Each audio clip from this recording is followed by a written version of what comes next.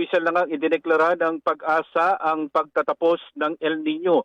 Ayon kay Pag-asa Administrator Nathaniel Servando, dahil sa pagtatapos ng El Nino, ibinababa na nila sa tinatawag na inactive ang El Nino Southern Oscillation o ENSO neutral. Dahil dito, nananatili ang magkakaroon o nananatili ang pagtataas nila ng La Nina watts, lalo pat nasa 69% ang tsansa na mangyari ito mula Hulyo, Agosto hanggang Setyembre.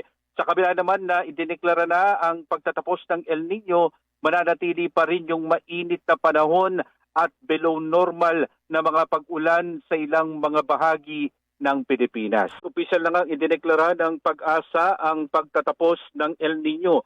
Ayon kay Pag-asa Administrator Nathaniel Servando, dahil sa pagtatapos ng El Nino, ibinababa na nila sa tinatawag na inactive ang El Nino